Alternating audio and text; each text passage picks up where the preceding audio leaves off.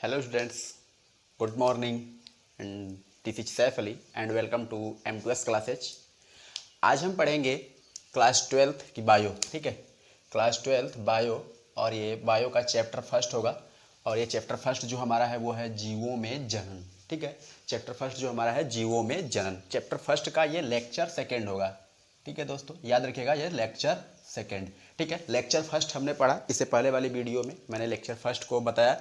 ठीक है, lecture first में हमने क्या पढ़ा कि जीव जनन कैसे करते हैं, जनन है क्या, जनन क्या है, जनन क्यों आवश्यक है, जनन की विशेषता हमने पढ़ा और जनन के प्रकार पढ़ा कि जनन कितने प्रकार का होता है। ठीक है, अब उसमें हमने पढ़ा था अलैंगिक जनन। ठीक है, अलैंगिक जनन पढ़ा था। उस अलैंगिक जनन में क्या है, अलैंगिक जनन में हमने बताया आपको कि अलैंगिक जनन कैसे होता है। ठीक है, तो उसमें हमने उनकी विधियों को बताया था कि अलैंगिक जनन की कौन कौन सी विधि है। उसमें हमने एक विधि पढ़ा था, वो पहली विधि जो थी द्विविखंडन।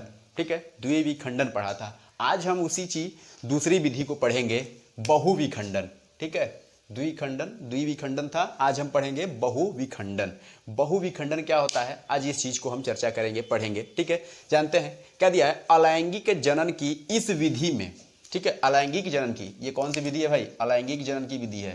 ठीक है, बहुविखंडन जो है ये सब हम लोग अलैंगिक जनन की विधि पढ़ रहे हैं। तो अलैंगिक जनन की इस विधि में जनक शरीर अनेक छोटे छोटे, ये याद रखिएगा, अनेक छोटे छोटे, अनेक मतलब बहुत सारे छोटे छोटे खंडों में विभाजित होकर, ठीक है, अनेक छोटे छोटे खंडों में विभाजित होकर के बट करके संतति जीवों को जन्म देता है। ठीक है, संतति यानी अपने जैसे अपने बच्चों को जन्म देता है। ठीक है, अब बहुविखंडन समझिएगा, बहुविखंडन है क्या।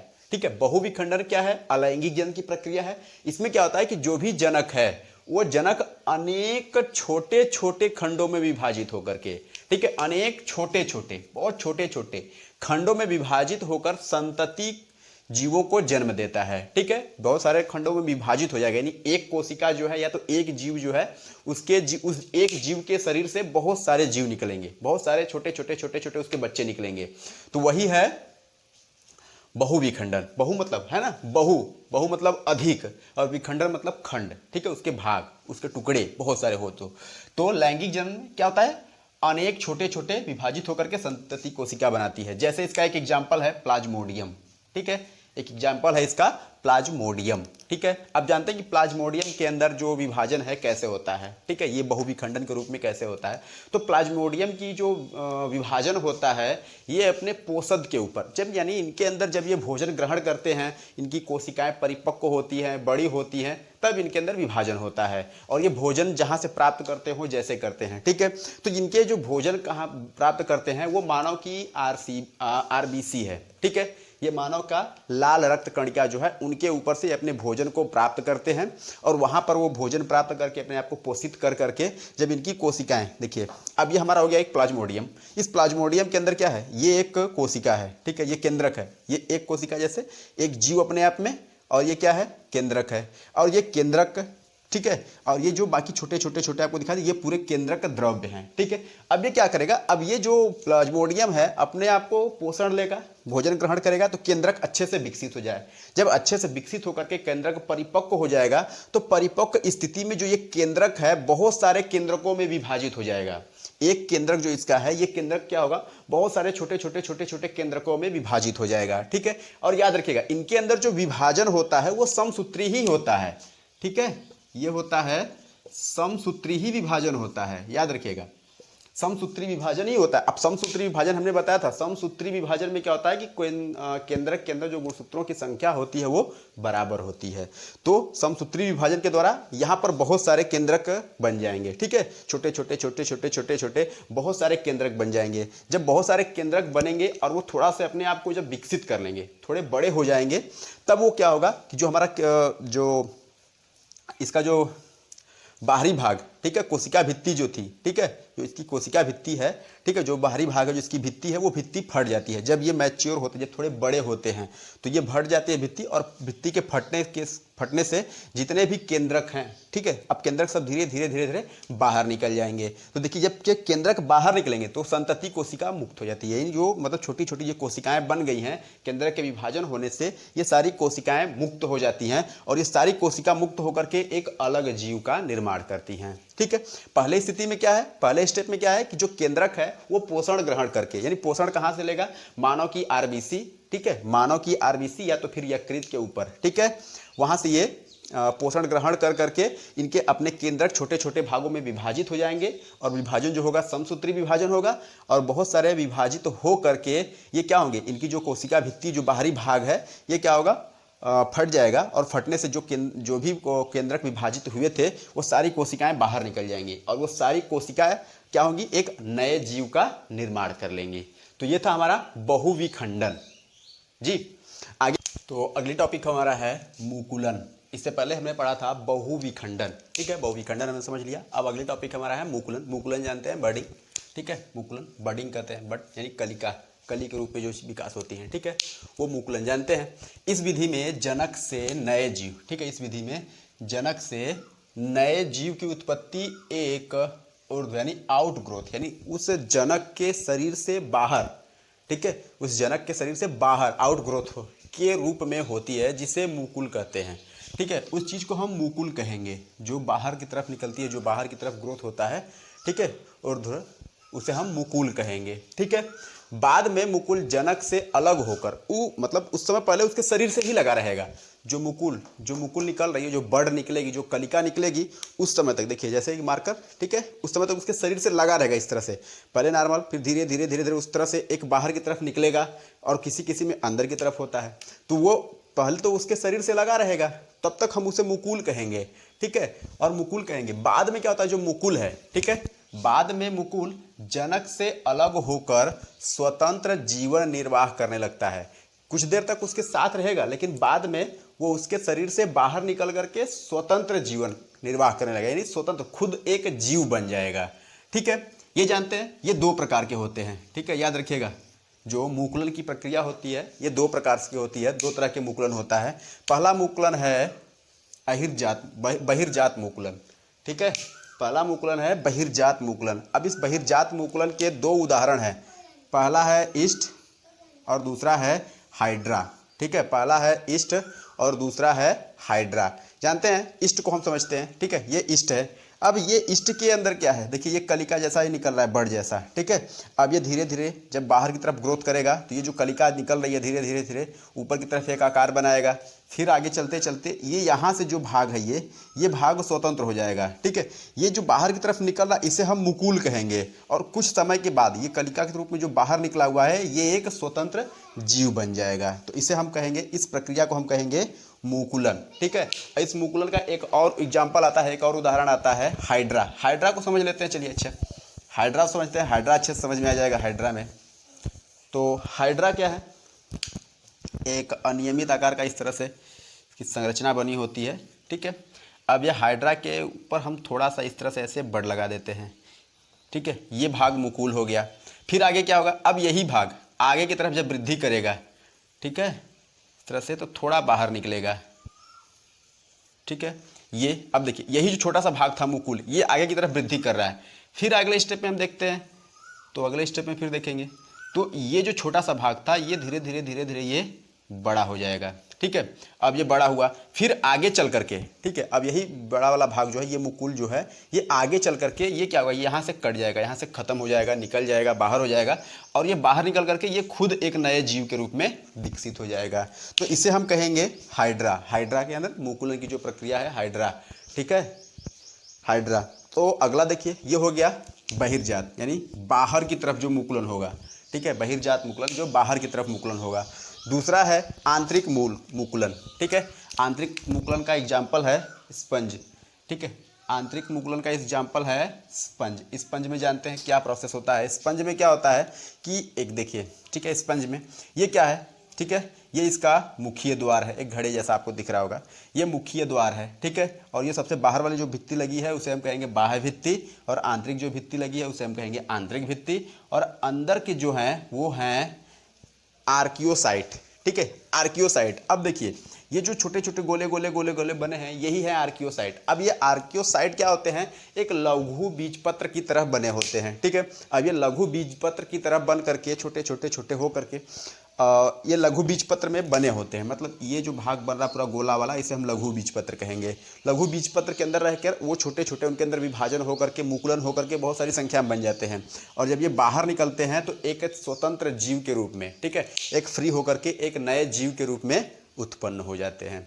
तो ये हो गया आंतरिक मुकुलन, ठीक है। मुकुलन हमने बडिंग पढ़ा, बडिंग में दो प्रकार के होते हैं, ठीक है। मुकुलन में मुकुल बनते हैं, ठीक है, जो बाहर की तरफ निकला होता है कलिका उसे मुकुल कहते हैं। तो अब वो मुकुलन जो होता है दो प्रकार का, पहला है बहिर्जात मुकुलन, दूसरा है आंतरिक मुकुलन। बहिर्जात मुकुलन में क्या होता है कि उस पौधे के, उस जीव के बाहर निकलेगा, ठीक है, जो कलिकाएं होंगी वो बाहर की तरफ निकलेंगी तो बहिर्जात मुकुलन। और आंतरिक मुकुलन यानी वो जो जीव है जो उसके अंदर जो भी कलिकाएं जो भी बर्ड्स निकलेंगे जो भी मुकुलन होगा वो उसके अंदर ही होगा, और मुकुलन के बाद वो बाहर निकल करके एक जीव बनेंगे, ठीक है।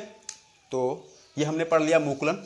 अब अगली टॉपिक, तो अगला टॉपिक है बीजाणु निर्माण, ठीक है।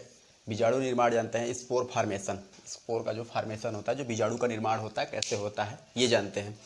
तो क्या है, बीजाणु पतली भित्ति वाली हल्की सूक्ष्म एक कोशिकीय संरचना है। बीजाणु क्या है भाई, अगर पूछा कि बीजाणु क्या है तो बीजाणु क्या है, पतली भित्ति वाली, ठीक है, उसकी जो भित्ति होती है बहुत ही पतली भित्ति वाली, हल्की, ठीक है, बहुत ही सूक्ष्म, बहुत ही हल्का और सूक्ष्म छोटा एक कोशिकीय संरचना है। बीजाणु हमेशा जो होते हैं एक कोशिकीय संरचना है, ठीक है, जो परिपक्व अवस्था में, जब परिपक्व मतलब जब वो अच्छे से विकास कर ले, ठीक है, जो बीजाणु है जो अच्छे से विकास कर ले, उसके केंद्रक अच्छे से विकसित हो जाए सब कुछ, जब वो अच्छे से विकास कर ले, पूर्ण रूप से विकास कर ले, ठीक है, परिपक्व अवस्था में, परिपक्वता और अनुकूलन परिस्थिति में, ठीक है, अनुकूल परिस्थिति यानी जब वातावरण हो, ताप हो, ठीक है, दाब हो, ये सारी चीज़ें जब उसके प्रभाव में हो, ठीक है, उसको प्रभावित ना करें, उसके अनुकूल हो, उसकी जो भी उनको तापमान चाहिए, जैसा वातावरण चाहिए वो उनके स्थिति में, उनके फेवर में हो, ठीक है। तो क्या है, जो परिपक्व अवस्था है उन अनुकूल परिस्थिति में जनक से पृथक होकर नए जीव का निर्माण करती है। देखिए जनक से पृथक होकर, जो जनक है उनसे पृथक होकर के नए जीव का निर्माण करेंगे यहाँ पे, ठीक है, जनक से पृथक होकर के नए जीव का निर्माण करते हैं, ठीक है। ये निम्न प्रकार के अब जानते हैं कौन कौन से हैं जो बीजाणु निर्माण की प्रक्रिया है। बीजाणु निर्माण की प्रक्रिया समझ में, बीजाणु क्या होते हैं भाई, अगर पूछे कि बीजाणु क्या है तो बीजाणु पतली भित्ति वाली हल्की सूक्ष्म एक कोशिकीय संरचना है। पतली भित्ति वाली हल्की सूक्ष्म एक कोशिकीय संरचना है जो परिपक्व अवस्था में, जब वो अपने आप को मैच्योर कर लेगा, जब अच्छे से विकास कर लेगा, ठीक है, तो परिपक्व अवस्था में और अनुकूल परिस्थिति में जनक से, ठीक है, वो जनक से अलग होकर के, पृथक होकर के नए जीव का निर्माण करते हैं। ये होता है बीजाणु निर्माण। अब बीजाणु निर्माण में हम पढ़ते हैं क्या है, पहला नंबर, ठीक है, ये बहुत सारे हैं, अभी हम यहाँ पर दो को समझेंगे, ठीक है, उसके अगले टॉपिक में तीसरा। तो देखिए यहाँ पर है अचल, पहला है चल बीजाणु, ठीक है, पहला है चल बीजाणु। चल बीजाणु क्या होता है जानते हैं, चल बीजाणु जो होता है वो शैवालों में, ठीक है, जो चल बीजाणु होता है वो शैवाल में, ठीक है, शैवाल में चल बीजाणु, ठीक है, जो शैवाल हमारा जो पानी में होता है, ठीक है, शैवाल में पाया जाता है। तो इनमें होता क्या है, इस प्रोसेस में क्या होता है,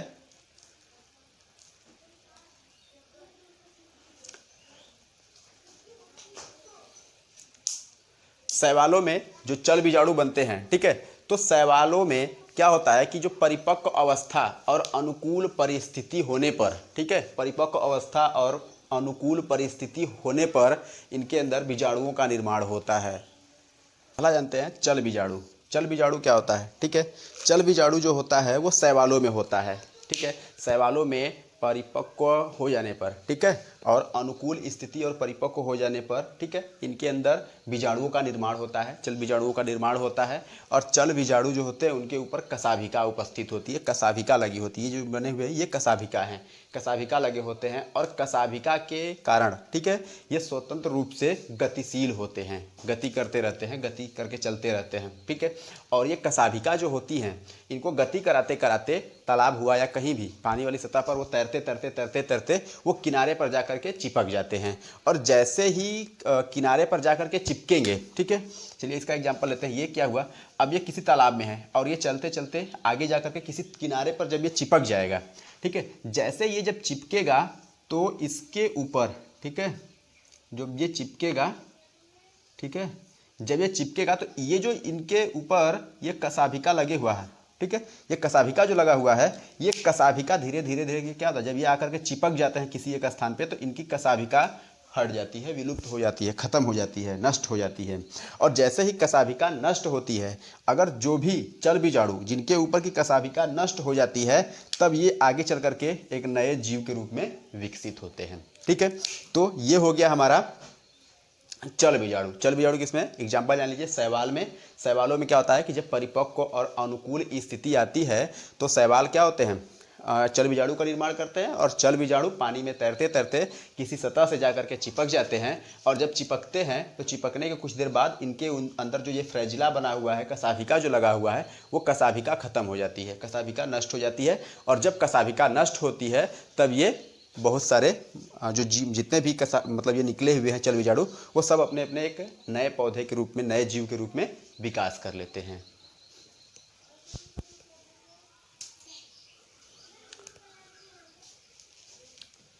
दूसरा हमारा है अचल बीजाणु। अचल बीजाणु जानते हैं, अचल बीजाणु क्या है, अचल बीजाणु का एग्जाम्पल है राइजोपस, यूलोथ्रस आता है, राइजोपस जानते हैं, ठीक है। ये क्या होते हैं अचल बीजाणु, अचल बीजाणु क्या होते हैं, अचल बीजाणु जो होते हैं वो पूरी तरह से चल बीजाणु की तरह ही होते हैं, ठीक है। एक कोशिका में परिपक्व होकर के जब विभाजन होता है तो बहुत सारे विभाजित होकर के बीजाणु बनते हैं, ठीक है। वो सारी चीज़ें चल बीजाणु की तरह होती हैं। लेकिन अचल बीजाणु में क्या होता है कि जो इनके फ्लैजिला लगे हुए, कसाभिका लगे होते हैं, ये इन कसाभिका का अभाव होता है, ठीक है। अचल बीजाणु में ये जो चल बीजाणु के कसाभिका होते हैं इनका अभाव होता है। जब इनके पास कसाभिका नहीं होते इसलिए ये गति नहीं कर पाते, ठीक है। जो गति नहीं कर पाते तो वो केवल एक ही अवस्था, एक ही जगह पे अपनी अवस्था बना रहते हैं, एक ही जगह रहते हैं और वहीं से ये एक नए जीव, नए पौधे के रूप में विकास कर लेते हैं, ठीक है। बाकी सब चीज़ ये चल बीजाणु की तरह ही होंगे, लेकिन इनके ऊपर क्या है कि फ्लैजिला जो है, जो कसाभिका है, इनका अभाव होता है और कसाभिका के अभाव के कारण ये गति नहीं कर पाते। इनका एग्जाम्पल है राइजोपस। तीसरा है सुप्त बीजाणु, ठीक है।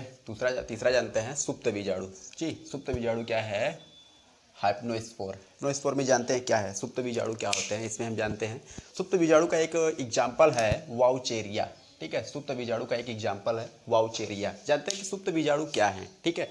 सुप्त बीजाणु कभी कभी क्या है, शैवाल जो है, ठीक है, कभी कभी शैवालों में प्रजनन के समय जब प्रतिकूल परिस्थिति आ जाती है, ठीक है, प्रजनन के बाद जो प्रतिकूल परिस्थिति आती है तो प्रतिकूल परिस्थिति में जो अचल बीजाणु होते हैं, प्रतिकूल परिस्थिति में जो अचल बीजाणु होते हैं, ठीक है, जो प्रतिकूल परिस्थिति में अचल बीजाणु होते हैं तो वो अचल बीजाणु जो होते हैं वो तो गति करते नहीं, ठीक है। तो अचल बीजाणु के पास जब प्रतिकूल परिस्थिति आ जाती है, उनके अनुकूल नहीं, उनके प्रतिकूल जब परिस्थिति आती है तो उस बीज के ऊपर एक आवरण बन जाता है, वसाओं का एक आवरण बन जाता है। जब वो आवरण बन जाता है तो उस बीज को हम कहते हैं, जो बीजाणु है उस बीजाणु को हम कहते हैं सुप्तावस्था, ठीक है। सुप्तावस्था कहते हैं या सुप्त बीजाणु, वो अवस्था जो होती है सुप्तावस्था होती है, सुप्त बीजाणु कहते हैं। फिर क्या होता है कि जब प्रतिकूल परिस्थिति आती है, ठीक है, जब अनुकूल परिस्थिति आती है, प्रतिकूल परिस्थिति में क्या होता है कि इनके ऊपर एक आवरण बन जाएगा, ठीक है, इनके ऊपर एक आवरण बन जाएगा और ये कुछ कर नहीं पाएंगे, ठीक है। जब इनके पास प्रतिकूल परिस्थिति है तब ये चुपचाप रहेंगे, तब उसे हम कहेंगे सुप्तावस्था और उस बीजाणु को कहेंगे सुप्त बीजाणु। लेकिन जब ये परिस्थिति अनुकूल होती है, इस बीज के अनुकूल होती है, तो अनुकूल अवस्था में क्या होता है कि ये जो बीज हैं फिर से अंकुरित करने लगते हैं, ये जो बीज हैं फिर से अंकुरित होकर के एक नए पौधे का निर्माण कर लेते हैं, फिर से एक नई शैवाल बन जाती है। ठीक है, तो ये हो गया सुप्त बीजाणु। ठीक है, सुप्त बीजाणु में इनके ऊपर एक लेयर बन जाएगा, एक आवरण बन जाएगा। उस आवरण के कारण ये गति नहीं कर पाएंगे, न तो अंकुरण कर पाएंगे, कोई इनके अंदर परिवर्तन नहीं होता है। वो चुपचाप उसी तरह से सुप्तावस्था में बने रहेंगे, एक स्थिति में बने रहेंगे। लेकिन जब अनुकूल परिस्थिति आती है तब ये फिर से अंकुरण कर करके एक नए जीव का निर्माण करते हैं। तो इसे हम कहते हैं, इस बीजाणु को हम क्या कहेंगे, सुप्त बीजाणु। ठीक है, इसका एग्जाम्पल है वाउचेरिया। ठीक है, अगली टॉपिक है हमारा विखंडी भवन। ठीक है, अभी अगली टॉपिक है विखंडी भवन। वो थे बीजाणु निर्माण। ठीक है, बीजाणु निर्माण कैसे होते हैं, चल बीजाणु, सुप्त बीजाणु। ठीक है, अब हम अगला टॉपिक पढ़ते हैं खंडी भवन। खंडी भवन क्या होता है, फर्मेंटेशन। इसमें क्या होता है, इस विधि में पादप शरीर 2 या 2 से अधिक, ठीक है, इस विधि में जो भी पादप हैं, ठीक है, पादप का शरीर जो है वो 2 या 2 से अधिक, ठीक है, 2 या 2 से अधिक खंडों में विभाजित हो जाता है।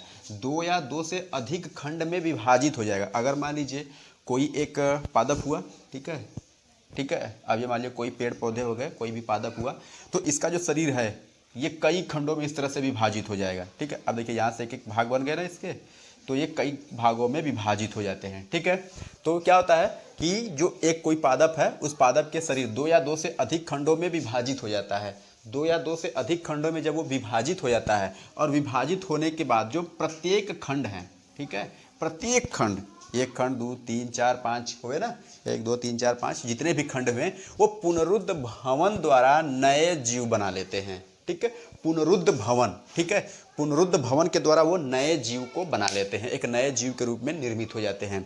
इसे हम कहते हैं खंडी भवन। ठीक है, इसका एक एग्जाम्पल है स्पायरोगायरा। ठीक है, याद रखिएगा, इसका एग्जाम्पल है स्पायरोगायरा। अब जानते हैं कि पुनरुद्ध भवन क्या होता है। ठीक है, पुनरुद्ध भवन जान लेंगे हम, इसमें दोनों टॉपिक को समझ लेंगे। फिर पुनरुद्ध भवन क्या होता है, रीजनरेशन। ठीक है, इसे हम कह सकते हैं पुनर्जन्म। ठीक है, पुनर्जनन यानी फिर से जनन हो।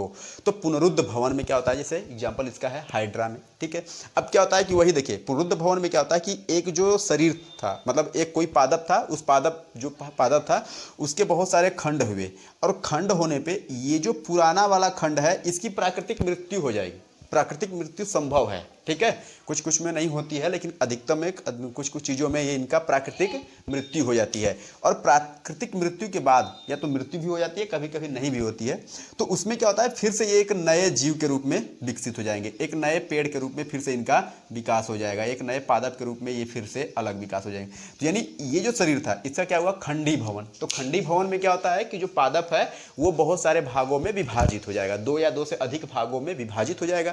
तो ये प्रक्रिया हो गई खंडी भवन। अब खंडी भवन के द्वारा क्या होता है, खंडी भवन में क्या होता है कि पुनरुद्ध भवन द्वारा, ठीक है, खंडी भवन तो हो गया, वो बहुत सारे भागों में विभाजित हो जाएंगे, लेकिन उनके बाद पुनरुद्ध भवन द्वारा नए जीव बना लेते हैं। फिर से पुनरुद्ध भवन होता है, पुनर्जनन होता है, और पुनर्जनन के द्वारा वो एक नए जीव के रूप में विकसित हो जाते हैं। जैसे एग्जाम्पल है स्पायरोगायरा। यहाँ पर पुनरुद्ध भवन भी समझ में आ गया। पुनरुद्ध भवन का मतलब हो गया कि वो जीव जो है वो अपने आप को खत्म करके, वो बहुत सारे भागों में बट करके उसकी प्राकृतिक मृत्यु संभव हो जाए, संभव भी हो सकती है। ठीक है, और उसमें क्या होता है, वो एक नए जीव का विकास कर लेता है। तो इस चीज़ को हम कहते हैं पुनरुद्ध भवन, और ये हो गया विखंडी, ठीक है, खंडी भवन। खंडी भवन में क्या होता है कि वो जीव बहुत सारे भागों में विभाजित हो जाएगा, और उसकी प्राकृतिक मृत्यु भी संभव है, हो भी सकती है प्राकृतिक मृत्यु, नहीं भी हो सकती है, और फिर उसके बाद वो क्या होगा, वो एक नए जीव के रूप में अलग अलग विकसित हो जाएंगे। अगली हेडिंग है हमारा कायिक जनन। ठीक है, कायिक जनन को जानते हैं, वेजिटेटिव प्रोपगेशन। ठीक है, वेजिटेटिव प्रोपगेशन यानी कायिक जनन जानते हैं। कायिक क्या होता है, कायिक जानते हैं। कायिक का मतलब होता है शरीर। ठीक है, कायिक का मतलब यहाँ से है शरीर, यानी शरीर के द्वारा कैसे जनन होता है, उनके शरीर के भागों के द्वारा कैसे जनन होता है। जानते हैं, पादप में बीज के अतिरिक्त कायिक जनन क्या होता है पहले जानते हैं। बीज के अतिरिक्त, पहले तो हमें ये पता था कि बस बीज के द्वारा ही जनन होता है, ठीक है, लेकिन क्या है कि बीज के अतिरिक्त, बीज को छोड़ करके, बीज के अतिरिक्त, ठीक है, बीज को छोड़ करके बीज के अतिरिक्त मात्र यानी माता, ठीक है, मात्र पादप जो है, जो मदर प्लांट है, ठीक है, मदर प्लांट है, मात्र पादप के किसी कायिक अंग द्वारा, कायिक मतलब शरीर, कायिक का मतलब यहाँ शरीर हो गया, उसके शरीर के किसी अंग द्वारा, ठीक है, उसके शरीर के किसी अंग द्वारा प्रजनन की प्रक्रिया को कायिक जनन कहते हैं। ठीक है, पादप में बीज के अतिरिक्त, ठीक है, पहले तो क्या था बीज के द्वारा होता था तो हम उसे पढ़ लिए, ठीक है। अब क्या है कायिक जनन, तो कायिक जनन में क्या होता है कि बीज के अतिरिक्त, बीज को छोड़ करके, बीज को हटा दीजिए, उसके बाद है मात्र पादप के, ठीक है, मात्र यानी जो मदर प्लांट है, ठीक है, मात्र पादप के किसी कायिक अंग द्वारा, उसके शरीर के किसी अंग के द्वारा प्रजनन की प्रक्रिया को कायिक जनन कहते हैं, ठीक है। यानी उसके शरीर के किसी अंग के द्वारा जब प्रजनन होता है तो उसे हम कहेंगे कायिक जनन। कायिक का मतलब ही शरीर होता है, ठीक है, काया, ठीक है, कहते हैं। ये क्या है, दो विधियों द्वारा होता है, ठीक है, याद रखिएगा इसकी दो विधि हैं, ठीक है। कायिक जनन की सामान्यतः दो विधि है। तो पहली विधि हम जानते हैं प्राकृतिक कायिक जनन, ठीक है, प्राकृतिक कायिक जनन। अब जानते हैं कि प्राकृतिक कायिक जनन क्या है, ठीक है। प्राकृतिक कायिक जनन क्या होता है कि ऐसे जनन, कायिक जनन या तो फिर कायिक प्रवर्धन भी कहते हैं इसे, ठीक है। तो प्राकृतिक कायिक जनन में क्या होता है कि जब किसी भी पेड़ में, ठीक है, किसी भी पेड़ पौधे में जो भी कायिक प्रजनन हो वो प्राकृतिक रूप से हो, ठीक है, उसमें मानव का कोई भी हस्तक्षेप न हो, ठीक है। कोई भी पेड़ पौधे जो है खुद से विकास करें, विकास कर करके उनके कायिक के द्वारा, उनके शरीर के द्वारा, उनके कलिकाओं के द्वारा, कैसे भी वो खुद से अपने आप को एक नए पौधे के रूप में परिवर्तित कर लें, प्रजनन कर लें, तो इस चीज़ को हम प्राकृतिक कायिक जनन कहेंगे। यानी इसमें मानव का कोई हस्तक्षेप नहीं होगा, मानव का कोई हस्तक्षेप न हो, ठीक है। तो प्राकृतिक कायिक जनन में क्या है, पहली चार्ज जानते हैं, पहला टॉपिक इसमें है जड़ों के द्वारा, ठीक है। प्राकृतिक कायिक जनन जो होता है वो कई तरह से होता है, ठीक है। तो पहला हम इसमें जानते हैं जड़ों के द्वारा, कि जड़ों के द्वारा कैसे होता है, ठीक है। जड़ों में क्या होता है, देखिए हम जानते हैं, ठीक है। पहले देखते हैं, इसमें एग्जाम्पल है शीशम, ठीक है, शकरकंद, दहेलिया, ठीक है, ये सब एग्जाम्पल हैं। तो इसमें भी दो तरह से होते हैं, ठीक है, जड़ों के द्वारा जो होते हैं वो दो तरह से होते हैं।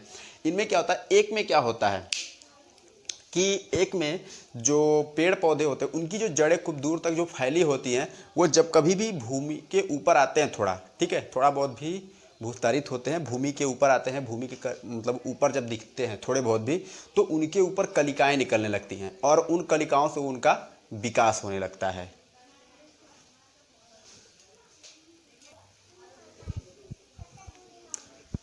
और जड़ों के द्वारा जो कलिकाएं निकलती हैं उन्हें हम अपस्थानिक कलिकाएं कहते हैं, ठीक है। और उन अपस्थानिक कलिकाओं के द्वारा, ठीक है, एक नए पौधे का जब विकास होता है, ठीक है, जैसे मान लीजिए अगर ये कोई पेड़ पौधा हुआ, ठीक है, ये पेड़ हो गए और ये इसका नीचे वाला भाग, ये जड़ें हो गई। अब ये जड़ें क्या होती है, ये मान लीजिए भूमि, अब ये भूमिगत कहीं आते हैं इस तरह से, तो यहाँ से अपस्थानिक छोटी छोटी कलिकाएँ निकलती हैं और ये कलिकाएँ फिर आगे विकसित होकर के एक नए पेड़ को, नए पौधे को जन्म देती हैं, जैसे कि डहेलिया, ठीक है, जैसे कि डहेलिया हो गया, शकरकंद हो गया, ये सब क्या होती हैं, अपस्थानिक जड़ों के कलिकाओं के द्वारा होती हैं।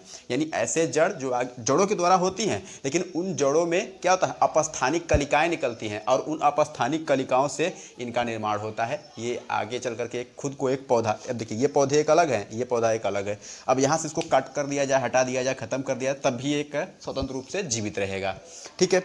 और दूसरा क्या होता है कि इन्हीं की जो कलिकाएं होती हैं, ठीक है, इनकी जो जड़ें होती हैं वो काष्ठीय रूप में, मतलब कठोर होती हैं, लकड़ी जैसी कठोर होती हैं, और इनके भाग जो भूमि के ऊपर थोड़े बहुत आते हैं, तो उनके ऊपर से भी इस तरह से एक नए पौधे का निर्माण होने लगता है।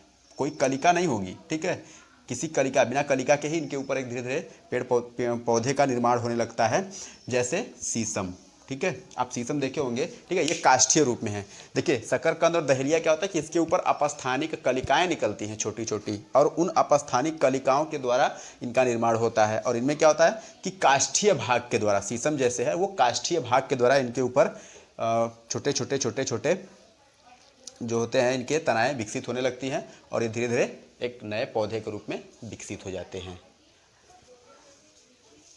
दूसरा टॉपिक है हमारा तनों द्वारा, ठीक है, पहला हमने पढ़ा जड़ों द्वारा और दूसरा हम पढ़ेंगे तनों के द्वारा, ठीक है। तनों में क्या है, पहला नंबर पे हमने पढ़ना है भूमिगत तने द्वारा। अब ठीक है, भूमिगत तने क्या होते हैं, जो कि, ठीक है, ये भूमि हो गया और ये पेड़ पौधे हो गए, मान लीजिए पेड़ हो गया कोई भी, ठीक है। अब इसकी जो जड़ें, ठीक है, भूमि के अंदर विकसित करेंगी, तो ये होगा भूमिगत तने, ठीक है, तो वही होते हैं भूमिगत तने। और भूमिगत तने, अब यहाँ पर जो हमें पढ़ना है वो भूमिगत तने क्या होंगे, ठीक है, जो भी भूमिगत तना है, ठीक है, अब वो अपने खाद्य पदार्थों के संचयन के कारण फूल जाते हैं, ठीक है, फूल जाते हैं और उनका हम फल और सब्जियों के रूप में प्रयोग करते हैं। ठीक है, तो अब जानते हैं भूमिगत तने के द्वारा कैसे होता है। ठीक है, जो तने रूपांतरित होकर के खाद्य पदार्थों को एकत्रित करके रूपांतरित हो जाते हैं। पहला है प्रकंद। ठीक है, पहला जानते हैं प्रकंद। प्रकंद का एक एग्जाम्पल है, क्या है, अदरक। ठीक है, प्रकंद का एक एग्जाम्पल है अदरक। जब ये भोज्य पदार्थ संचित करने के रूपांतरित हो जाते हैं तो ऐसे में छोटे कलिका उपस्थित होती है। ठीक है, प्रकंद क्या है? ठीक है, प्रकंद क्या होता है कि जब ये अपने भोजन को एकत्रित करने लगते हैं, ठीक है, जब इनकी जड़ें जो हैं, सॉरी तने जो हैं, जब ये भोजन को एकत्रित करने लगते हैं और एकत्रित कर करके, ठीक है, एकत्रित करते करते, ठीक है, ये भोजन संचय के कारण एकत्रित होते हैं और एकत्रित हो करके ये धीरे धीरे फूलने लगते हैं। ठीक है, ऐसे तने की छोटी छोटी, ऐसे तने के ऊपर छोटी छोटी छोटी छोटी कलिकाएं उपस्थित हो जाती हैं। ठीक है, और जब ये अनुकूल परिस्थिति पाते हैं, जब अच्छा वातावरण इनको मिलता है तो एक नए पौधे के रूप में विकसित हो जाते हैं। ठीक है, तो इन्हें हम कहते हैं प्रकंद। दूसरा है हमारा कंद। ठीक है, कंद। कंद का एग्जाम्पल है आलू। ठीक है, आलू क्या है? तना, भूमिगत तना है। ठीक है, तो आलू क्या होता है कि आलू के जो भी पेड़ पौधे होते हैं वो भी पत्तियां जो होती हैं, देखिए, अधिक मात्रा में भोजन का निर्माण करती हैं। ठीक है, और जब वो भोजन का निर्माण करती हैं तो अपने भागों के द्वारा यूज कर लेती हैं, प्रयोग कर लिया जाता है। लेकिन जो भोजन उनका बच जाता है तो वो क्या होता है, ये अपने तनाव में एकत्रित करने लगते हैं और तना के रूप में क्या होता है? आलू। और जब तनाव में एकत्रित करने लगते हैं तो एकत्रित करते करते तना जो होती है वो फूलने लगती है, तो वही आलू का निर्माण कर लेते हैं। ठीक है, और इनके ऊपर भी क्या होता है? ठीक है, इनका भी कोई निश्चित आकार नहीं है, इनके ऊपर कहीं कहीं छोटे छोटे छोटे छोटे गड्ढे होते हैं। ठीक है, छोटे छोटे छोटे छोटे गड्ढे होते हैं और इन्हीं गड्ढों के ऊपर, जो ये गड्ढे बने हुए हैं, इन्हीं गड्ढों के ऊपर जब अनुकूल परिस्थिति आती है तो इनके ऊपर छोटी छोटी छोटी छोटी कलिकाएँ निकलती हैं और यही कलिकाएँ आगे चल करके एक नए पौधे के रूप में विकसित हो जाती है। ठीक है, तीसरा है घनकंद। घनकंद को हम कहते हैं जिमीकंद। ठीक है, घनकंद का एग्जाम्पल है जिमीकंद।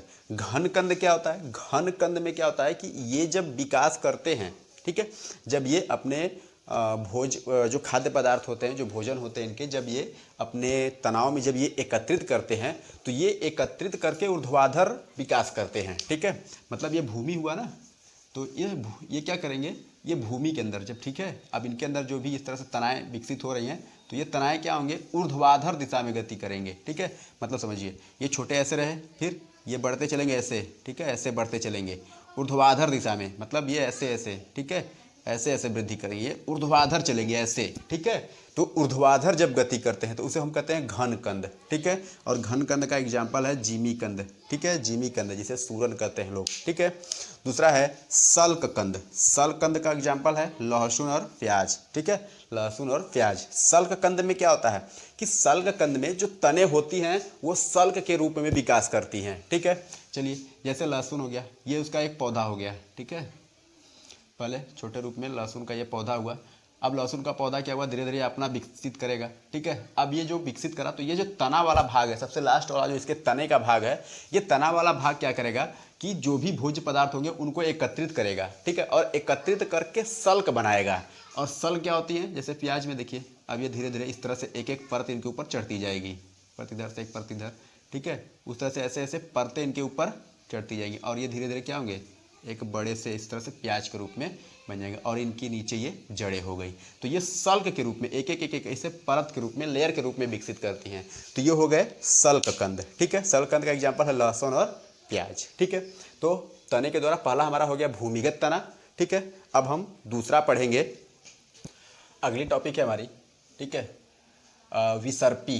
ठीक है, विसर्पी कहते हैं या तो फिर अर्धवायवीय तना। ठीक है, विसर्पी या अर्धवायवीय तना। विसर्पी यानी सर्प की तरह रेंगने वाला। ठीक है, विसर्पी या अर्धवायवी तना। ठीक है, अर्धवायवी तना में जानते हैं क्या होता है कि अर्धवायवी यानी ये जो तना होंगे, ठीक है, ये जैसे भूमि हो गया, ठीक है, ऊपरी सतह, निचली सतह, ये भी जो भी पेड़ पौधा हुआ, तो इसकी जो तनाएं, मतलब जो होंगी, ठीक है, जो तना वाला भाग होगा वो क्या होगा कि कहीं कहीं भूमि के एकदम ऊपर, एकदम संपर्क में रहेगा। ठीक है, हल्का सा नीचे, और कभी कभी ये ऊपर नीचे ऐसे चलते रहते हैं। ठीक है, वो भूमि के अंदर नहीं जाएंगे। ठीक है, वो भूमि के एकदम करीब से चलते जाते हैं और ये कभी ऊपर चलते हैं। ठीक है, कभी कभी ऊपर भी होते हैं। ठीक है, मतलब भूमि के बहुत ही करीब होते हैं, तो उसे अर्धवायवी यानी आधे रूप में वो वायु में होते हैं और आधे थोड़े से नीचे होते हैं। अर्धवायवी तने यानी विसर्पी भी कहते हैं, जो कि ये सांप की तरह रेंगते रेंगते चलते हैं। ठीक है, तो इसमें होता क्या है, ठीक है, इस विधि में क्या होता है हम जानते हैं, ठीक है। जैसे जो भी हमारा तना मतलब भूमि हुई, ठीक है, इस भूमि के अंदर कोई मान लीजिए पेड़ पौधे हो गए, ठीक है, इसमें एक घास है, ठीक है, उस घास को जानते हैं हम जैसे दूब घास, ठीक है, मान लीजिए ये दूब घास हुआ, ठीक है। अब इस दूब घास की ये जड़ें निकली हुई हैं, ठीक है, ये जड़ें विकसित हुई हैं, ये जड़ें विकसित हुई हैं। तो अब इनमें क्या होगा कि जो इनकी जड़ें अर्धवायवीय तने के रूप में जो विकास की हैं, सॉरी ये इनकी तनाएं हैं, ठीक है, जड़ें नहीं, ये तना है, ठीक है, अर्धवायवीय तने के रूप में विकास की हैं, ठीक है। अब यहाँ से इनकी जड़ें निकलेंगी, ठीक है, ये जड़ें ऐसे निकलेंगी, ठीक है। और ये जड़ें जो होती हैं, ये जड़ें होती हैं अपस्थानिक, ये इन जड़ों को हम अपस्थानिक जड़ कहते हैं, ठीक है, इन जड़ों को हम अपस्थानिक जड़ कहते हैं। अब ये जो देखिए अर्धवायवीय तना जो विकास हुआ है, तो अर्धवायवीय तने में कहीं कहीं पर्व संधि होती है, ठीक है, कहीं कहीं इनकी संधि होती है, जोड़ होता है। चलिए जैसे यहाँ मान लीजिए यहाँ ये जोड़ हो गया, ठीक है, जैसे गांठ होता है ना, उस तरह से ये इनके अंदर गांठ हो गया, यहाँ गांठ हो गया, ठीक है, यहाँ गांठ हो गया, यहाँ गांठ, तो इस तरह से इनके ऊपर क्या होता है, इस तरह से पर्व संधि होती है। संधि मतलब जोड़, एक गांठ के तौर पे होता है, और जहाँ पर ये संधि होती है, ठीक है, वहीं से धीरे धीरे पर्व निकलना शुरू हो जाते हैं, ठीक है। अनुकूल परिस्थिति आने पर यहाँ से पर्व निकलने लगेंगे, इनके धीरे धीरे कलिकाओं के रूप में पत्ते धीरे धीरे इस तरह से विकास करने लगेंगे, और ये विकसित होते होते होते एक नए पौधे का निर्माण कर लेंगे। और जैसे इनके ऊपर धीरे धीरे पर्व निकलना शुरू होंगे, तो फिर इनके ऊपर अपस्थानिक जड़ें निकलने लगेंगी, ठीक है, अपस्थानिक जड़ें निकलने लगेंगी। तो अपस्थानिक जड़ें, फिर यहाँ वाला भाग, यहाँ से फिर धीरे धीरे धीरे इनकी तो पत्तियाँ निकलने लगेंगी, पर्व निकलेंगे, कलिकाएँ निकलेंगी, फिर ये अपस्थानिक जड़ का निर्माण करेंगे, ठीक है। इधर भी हर तरफ से अपस्थानिक जड़ें निकलेंगी, और इनके ऊपर इस तरह से धीरे धीरे धीरे पर्व निकल करके एक नए पौधे के रूप में विकसित होंगे हर जगह से।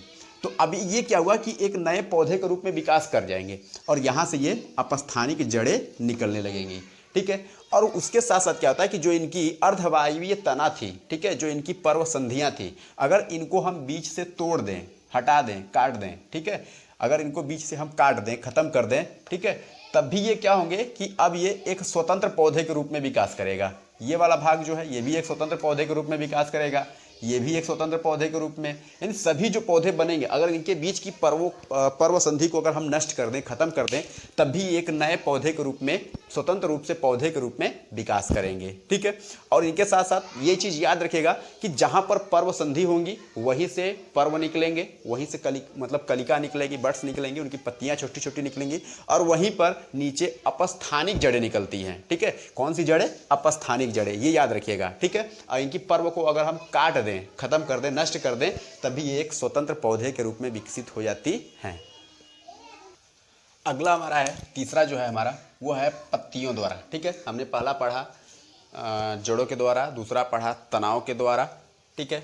अब हम पढ़ेंगे पत्तियों के द्वारा, ठीक है, कि पत्ती के द्वारा कैसे होता है, ठीक है। पत्ती के द्वारा जो कायिक जनन जो है, कायिक प्रवर्धन है, वो कैसे होता है, ठीक है। तो पत्तियों के द्वारा जो होता है उसका एक एग्जाम्पल है ब्रायोफिल्लम, ठीक है, याद रखिएगा, इसका एग्जाम्पल है ब्रायोफिल्लम, ठीक है।